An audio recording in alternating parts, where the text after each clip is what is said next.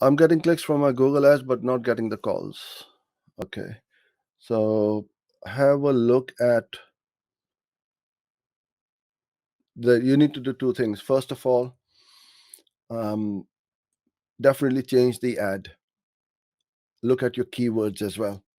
Because if you're not getting the calls, that means irrelevant people are clicking on the ads without reading it and wasting your budget. And then they don't call because it's a two-step process, right? First, they click on the call, and then they have to click the button on the phone to start the call. So I would for sure look at the keywords.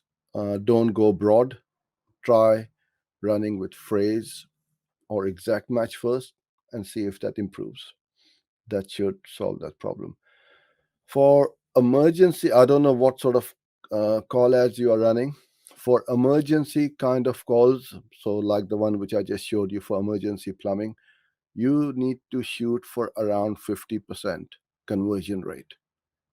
So emergency dentist, locksmiths, plumbers. So any kind of emergency um, type of service which you are running, you need to shoot for around 50%, and we get that all the time.